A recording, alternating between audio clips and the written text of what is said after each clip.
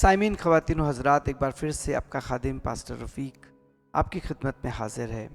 और आपके ढेरों सवाल होते हैं और बहुत बार कुछ ऐसे सवाल होते हैं जिनका जवाब देना मुमकिन नहीं होता, पर बहुत से ऐसे सवाल हैं जिनका जवाब दिया जा सकता है। तो मैं आपसे दरख्वास्त करूंगा कि ज़रूर से आप हमें सवाल भेजें ताकि हम आपके सवालों का जवाब दे सकें। बहुत से लोग कहते हैं कि खुदावंद यीशु मसीह खुदा कैसे हैं और वो खुदा के फर्जंद कैसे हैं। तो मैं आपको ये बताना चाहता हूँ कि जब आप लूका रसूल की इंजील को पढ़ेंगे तो एक बाब की 34-35 आयत में कुछ इस तरीके से मरकूम है कि हज़रत जिब्रील हज़रत मरियम के पास आते हैं और आके कहते हैं कि तेरे यहाँ बेटा होगा। तो वो कहती हैं कि मेरे यहाँ बेटा कैसे होगा, कि मैं तो किसी मर्द को जानती नहीं, वाकिफ़ नहीं हूँ। तो वो कहते हैं कि खुदा ताला की कुदरत तुझ पर आया होगी, इसलिए वो मौलूद मुक़द्दस जो पैदा होने वाला है खुदा ताला का बेटा कहलाएगा।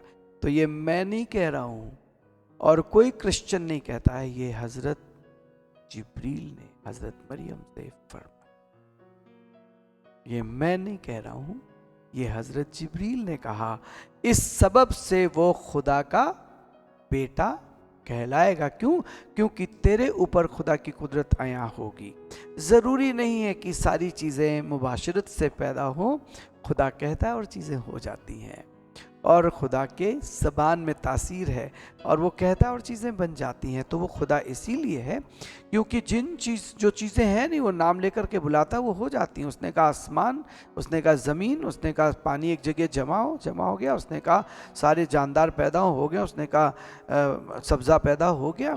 उसकी ज़बान में तासीर है। इसलिए शैतान ने 4 बाब की 2 आयत में हज़रत मसीह से सवाल किया, अगर तू खुदा का फर्जंद है तो इन पत्थरों से कह दे कि रोटियां बन जाए। मालूम क्यों कहा था?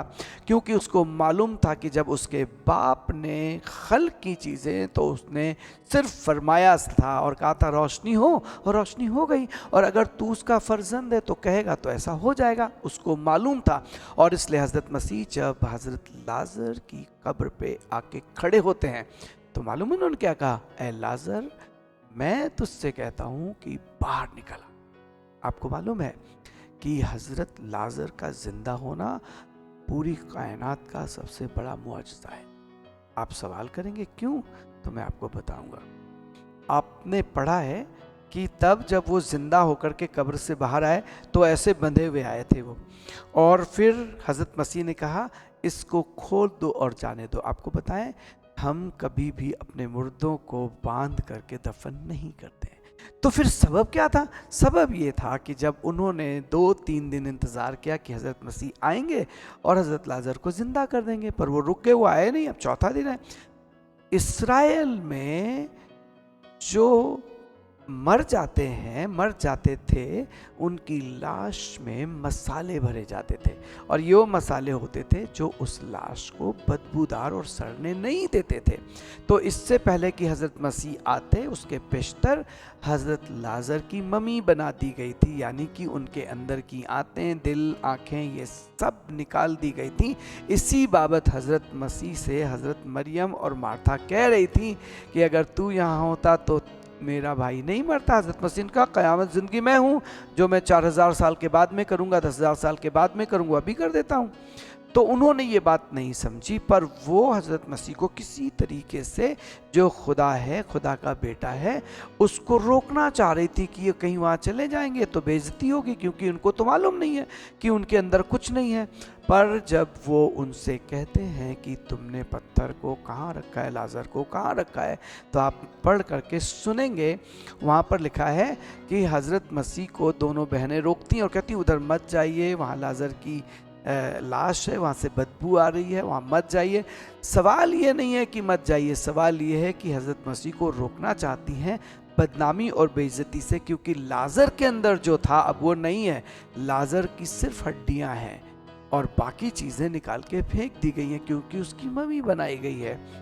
पर वो क़यामत और ज़िंदगी है। क़यामत का मतलब होता है कि फिर से सारी चीज़ें फिर से वैसे ही जिंदा कर दी जाएंगी जैसे हम पहले थे। यानी कि जब मुर्दे को आप समंदर में फेंकते हैं, मछलियां खा गई, पर जब हज़रत मसीह आएंगे तो वो मुर्दा फिर से अपने वजूद में आ जाए।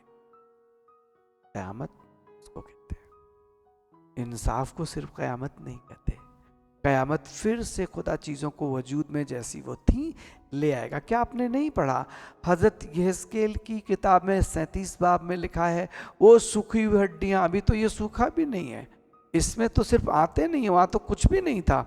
और खुदावंद ने हज़रत यहेज़केल से कहा नबूवत करके कहे कि हड्डियाँ जमा हो जाएं, जो जिसकी हड्डी थी वहाँ जुड़ गई। और फिर उन्होंने कहा कि गोश्त, पोस्ट, नसें, खाल जिंदा, और एक बहुत बड़ी आर्मी बन गई। वो खुदा का बेटा है और इसलिए उसके ज़ुबान में तासीर है और इसलिए उसने जो कुछ भी कहा वो वजूद में आ गया। खुदा की खासियत भी तो यही है कि उसने कहा और चीज़ें हो गई। अब फ़र्क क्या है? ये कहना कि तेरे गुनाह माफ़ हुए, अपनी खाट उठा के चल फिर, ताकि तुम ये जान लो कि खुदा के बेटे को इस दुनिया में ना सिर्फ जिंदा करने का इख्तियार है, गुनाह माफ़ करने का इख्तियार, क्योंकि वो खालिक और मालिक का बेटा है।